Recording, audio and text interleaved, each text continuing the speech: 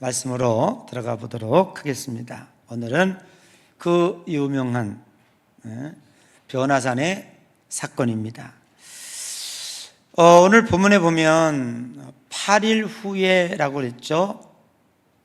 예수님께서 오병이어의 기적을 일으키시고 그동안도 많은 병자를 고치시고 기적을 일으키면서 전국에 소문이 나기는 했는데, 이렇게 2만 명이 모인 자리에서 물고기 2마리 보리떡 5개로 5천 명이 먹고 배불리 먹고 12강도 남았다. 이거는요 굉장한 핵폭탄이 떨어진 것보다 더 큰 아주 사건이었어요.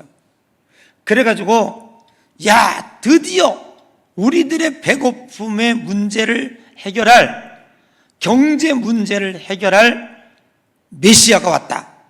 그래서 우리가 저분을 왕으로 모셔야 되겠다. 전 사람들이 수근수근 퍼져나가가지고 나라가 들들 끓고 있는 그때에 예수님이 요즘 정치인들 같으면은 얼마나 신나겠습니까? 백성들이 막 추앙하니까 아니라고 하는데도 자기라고 하는 사람이 있는데, 추앙하는 많은 그런 사람들이 있으니까 그냥 올라앉으면 되는 거예요. 그런데 오늘 본문의 말씀에 그렇게 하지 아니하고 예수님께서 그들을 뒤로 하고 어디로 가셨다고요? 산으로 가셨다고요.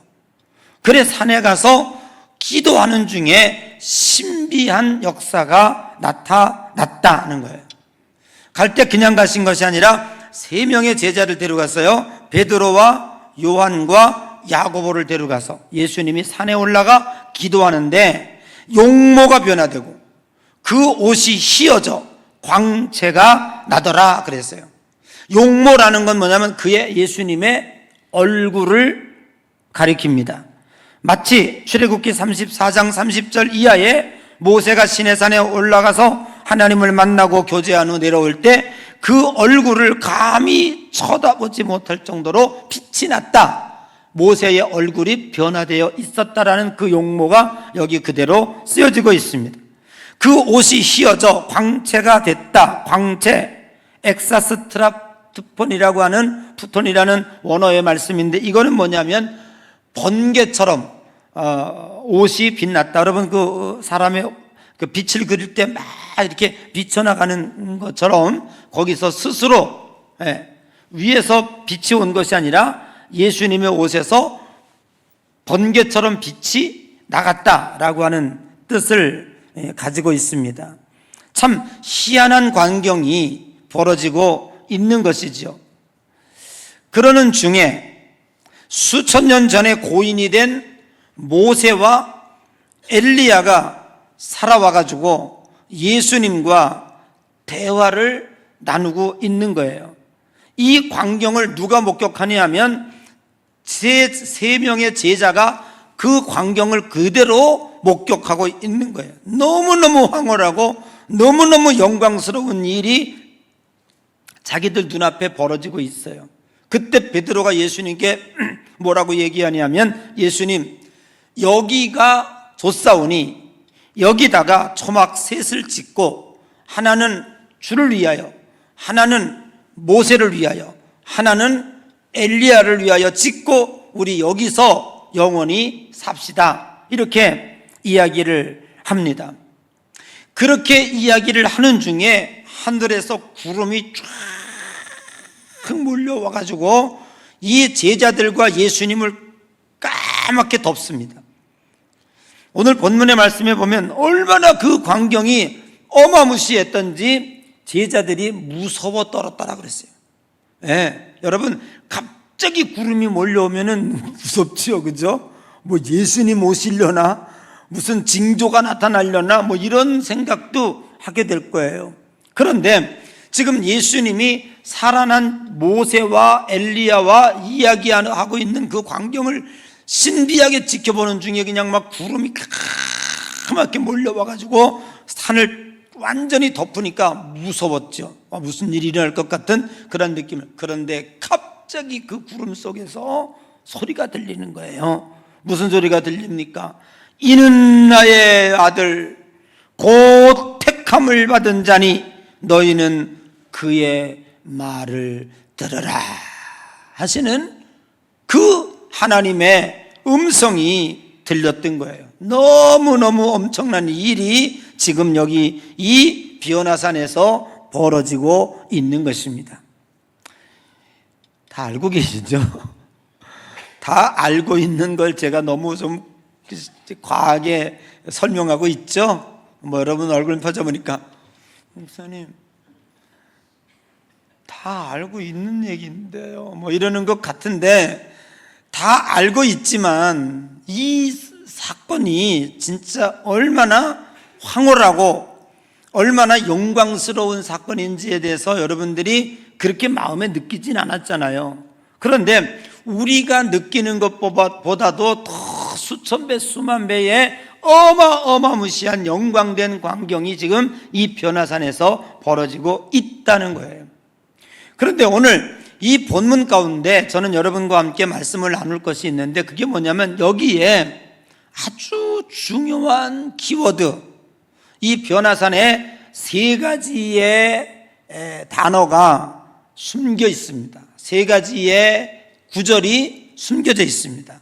저는 그것을 들춰내면서 오늘 여러분과 함께 은혜를 나누고자 하는 거예요. 그 첫 번째가 33절이에요. 한번 읽어볼까요? 33절 시작.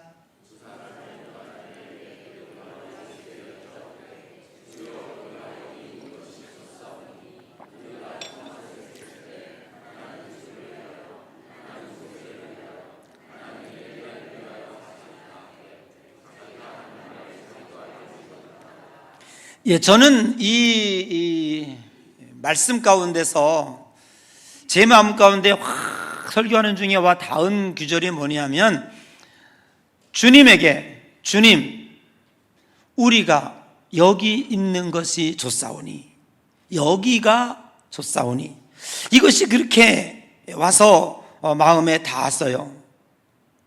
이게 뭡니까? 제자들이 지금까지 경험하지 못한 황홀한 영적 경험을 하고 있는 거잖아요.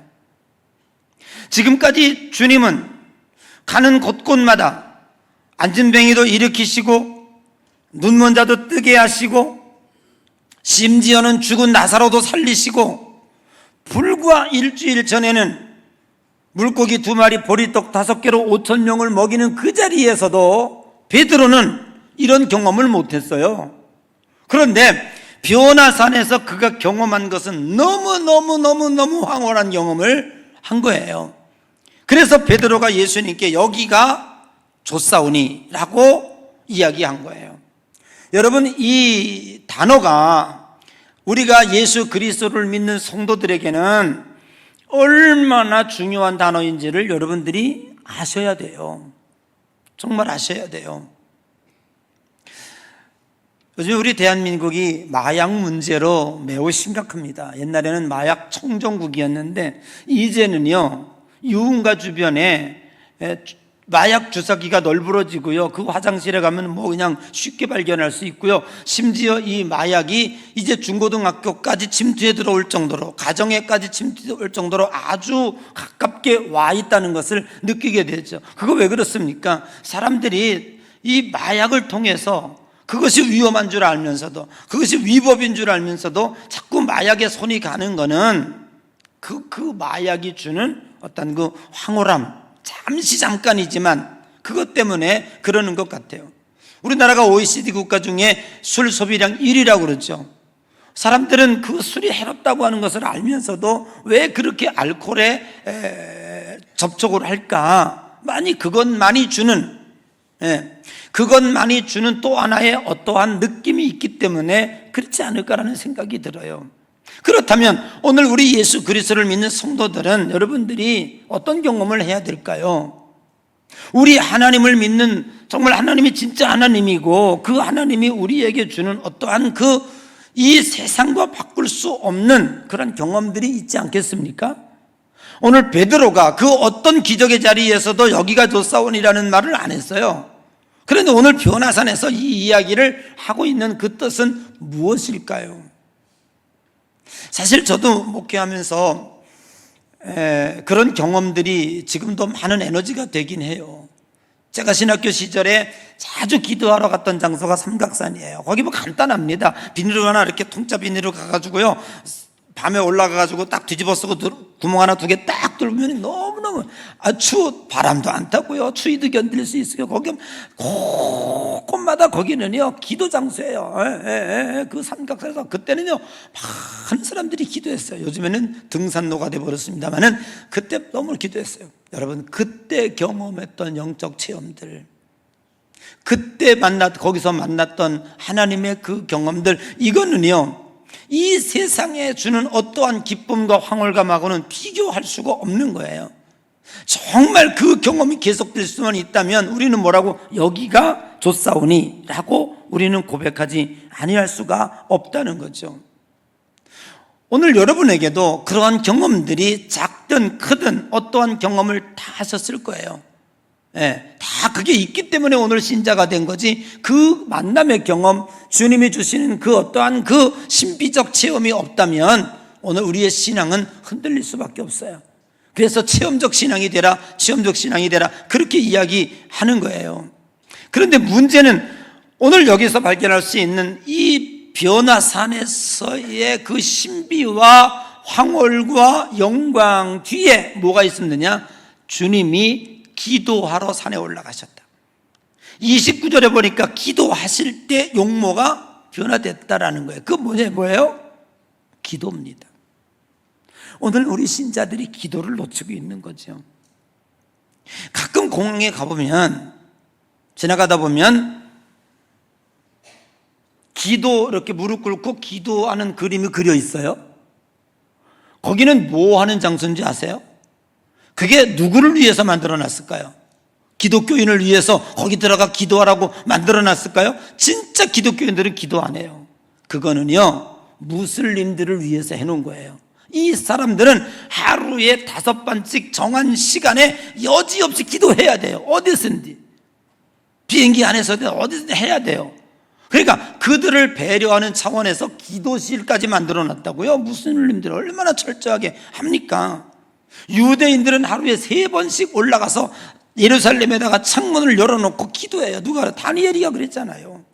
그 사람들은 기도하는 일을 이렇게 열심히 해요. 그럼 우리 기독교는 어떻게 하면, 여러분 기도합니까? 하루에 몇 번 기도해요? 밥 먹을 때 기도한다고요? 잠잘 때 그런 거 말고요.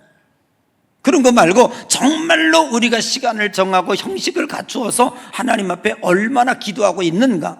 여러분들은 한 달에 얼마나 기도하는, 1년에 한 번이라도 휴가를 내고 시간을 내서 기도하는가? 어디로 가서? 산에 가서. 저는 아까 우리 광고를 보면서 우리 각 교구가 너무너무 잘한다고 생각해요. 교구산상 기도회 챌린지 70일을 맞이해서 교구산상 기도회를 계속하고 있어요. 나는 이거 우리 교구들이 한 달에 한 번씩 해야 된다고 생각해요. 옛날에는요 많이 했어요. 금식도 하고요, 산에 올라가고요, 요만한 방석 하나 가지고 올라가서 밤에 12시부터 밤새 기도, 이슬 맞고 기도해. 그때 경험했던 이거는요, 그 기도하고 내려올 때 진짜 그거는 세상 어떤 것도 부럽지 않아요. 아마 지금 여러분들이 그럴 거예요. 찬송 부를 때, 기도할 때 여기서도 아마 그런 것들을 조금은 영적 체험을 하기는 할 거예요. 그렇지만 오늘 우리들이 이러한 것들이 없다는 거죠. 제가 이야기하려고 그러는 게 뭐냐 하면, 이 신비한 경험들, 이런 것들이 우리에게 많이 이게요, 지금까지 목회하는 동안에 하나님이 나와 함께 했다는 걸 느끼게 되는 거예요. 이 경험이 힘들고, 목회에 힘들고 어려울 때 내가 너를 사랑한다, 내가 그때 너와 함께 하지 않았니, 그때 들려줬던 그 음성, 여기가 좋사오니, 아무것도 부럽지 않아요. 무슨 대포 5분 대기죠, 총 들고 소용없어요. 얼마나 열심히 했는지요. 그때 그런 경험들이 에너지가 됐다라고 하는 걸 여러분들에게 말씀을 드리는 거예요. 여러분, 우리가 지금 되찾아야 할 것은 뭐냐면, 하나님을 만나는 기쁨, 하나님의 만남을 통해서 이루어지는 여기가 좋사오니라고 하는 이 영적 체험들이 오늘 현대 교인들에게 사라졌다는 게 문제가 아니에요. 왜요? 기도하지 않으니까. 하나님이 돌아가셨습니까? 40년 전에 하나님이 지금의 하나님이고 2000년 전에 하나님이 지금의 하나님이에요. 아멘. 비오나산에서 예수님의 얼굴을 광채가 나도록 변화시키시고 옷에서 빛이 나게 하시고 모세가 살아 이런 경험들을 하게 하는 게 그때의 경험들이 오늘 우리 성도들에게도 그대로 임할 수 있다고 하는 생각을 갖게 되는 거예요. 그럼 어떻게 해야 될까요? 구하라 주실 것이요 찾으라 얻을 것이요 두드려 열 것이니라. 또 구하라고요?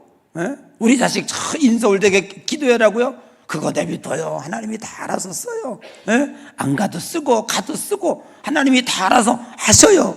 여러분, 우리들의 목적으로 아이를 이끌고 가려고 그러지 말고 하나님의 목적으로 아이가 이끌려 가도록 우리는 뒤에서 기도해 줘야 된다고요.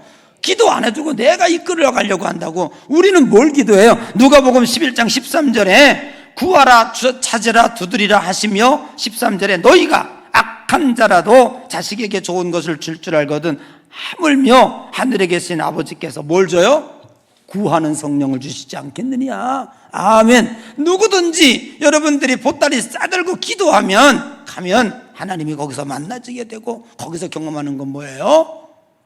돈이 좋은 줄 알았는데, 권력이 좋은 줄 알았는데, 아파트 3평 4평 늘려가는 게 내 꿈인 줄 알았는데 기도하면서 주님을 만나고 영적 체험해가 여기가 좋사오니. 아멘. 세상 것 다 부럽지 않은 이러한 영적 경험들이 오늘 우리 신자들에게 있다면 어떠한 악한 마귀 권세들이 여러분을 유혹한다고 할지라도 절대로 넘어가지 않을 줄로 믿습니다. 나는 우리 성도들이 이거를 좀 회복하자 차원에서 제가 첫 번째 키워드를 여기가 좋사오니로 잡은 거예요. 자, 두 번째는 뭡니까? 35절 시작.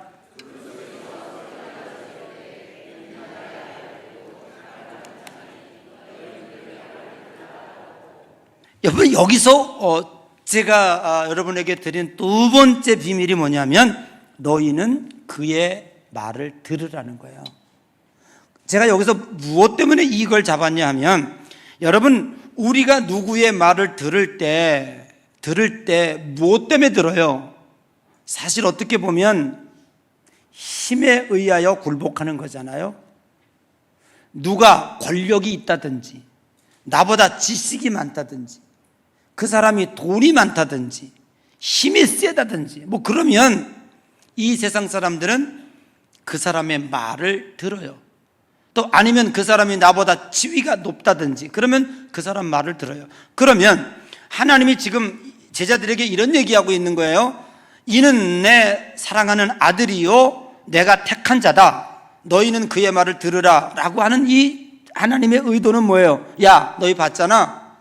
비오나산에서 어마무시한 영광과 광채, 그리고 너희들이 지금 앞에 있는 이분은 하나님의 아들이니까 높은 권력을 가진 분이야. 어마어마하게 힘을 센 분인 줄 몰랐어? 그러니까 너희들이 이제 앞으로 이분의 말을 들어. 이렇게 이 얘기일까요? 아니라는 거죠. 여러분, 하나님이 이 말씀을 하는 것은 엄청난 힘이 있기 때문에 그 힘 앞에 굴복하라는 얘기가 아니고요. 이런 방식은 아마도 데어빌로 각하 쪽에서 주로 써먹는 방식이겠죠. 오늘 하나님께서 제자들에게 너희는 그의 말을 들으라 라고 하신 것은 뭐냐 하면 오늘 우리 기독교적인 순종을 여기서 암시하고 있는 거예요.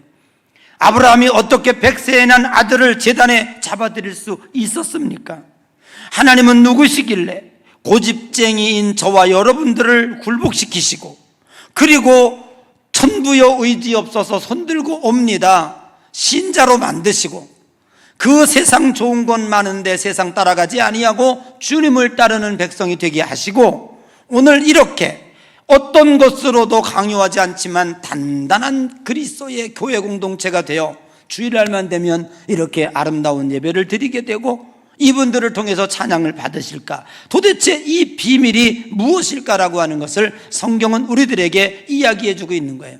여러분, 하나님이 너희는 그의 말을 들으라고 하는 건 뭐냐면 이 비오나산의 영광과 광채가 어마무시한데도 불구하고 이 앞에 있는 예수 이 사람은 그 영광을 박차고 인간이 되셨다.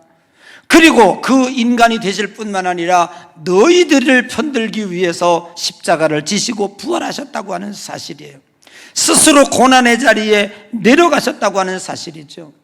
그 우리를 사랑하셔서 인간이 되시고, 우리를 사랑하셔서 십자가를 지시고, 우리를 사랑하셔서 부활하시고, 그리고 하나님 편에 앉으시고, 내가 잘할 때든지 잘못할 때든지 영원히 내 사랑을 끊지 아니하시고 지금도 편들고 있다고 하는 오직 이 세상의 유일한 그분, 그러니 너희들이 이분의 말을 안 들을 거냐?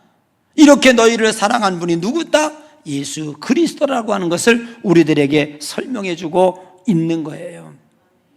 그것이 바로 너희는 이 사람의 말을 들으라 라고 하는 말 속에 숨겨져 있다고 하는 거죠. 세 번째는 오늘 읽진 않았지만 9장 37절에 담겨 있습니다. 한번 읽어볼까요? 시작.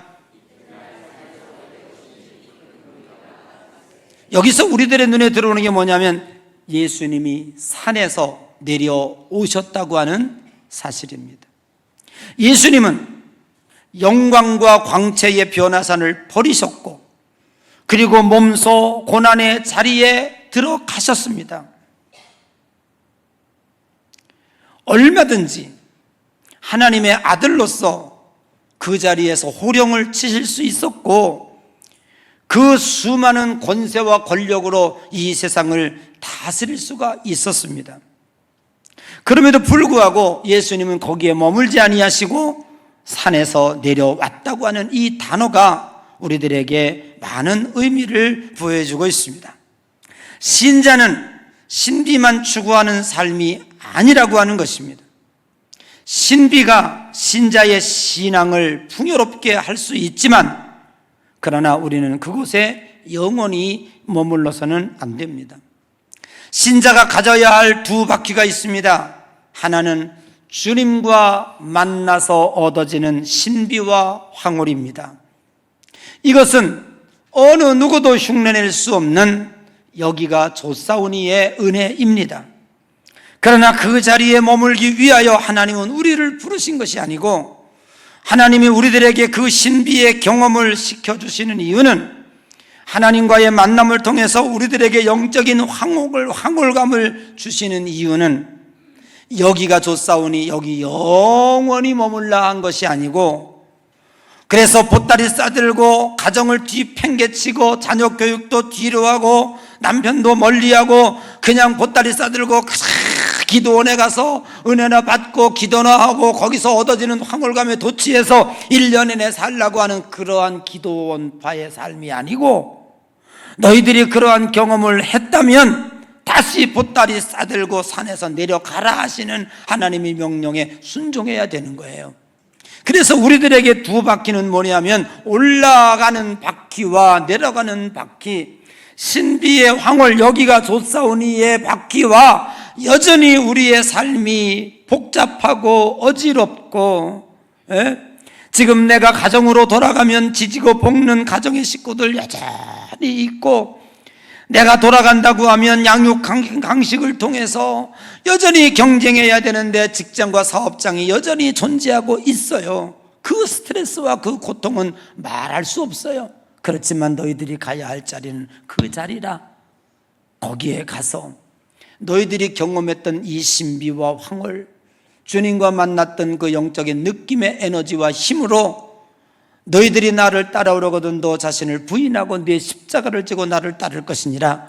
십자가 정신으로 그 삶을 변화시키고 가정을 변화시키고 직장을 변화시키고, 그래서 그곳에 하나님 나라가 임할 수 있도록 우리들의 사명을 잘 감당하라고 하는 하나님의 메시지가 오늘 본문에 숨겨져 있다고 하는 사실입니다. 정리해 봅니다.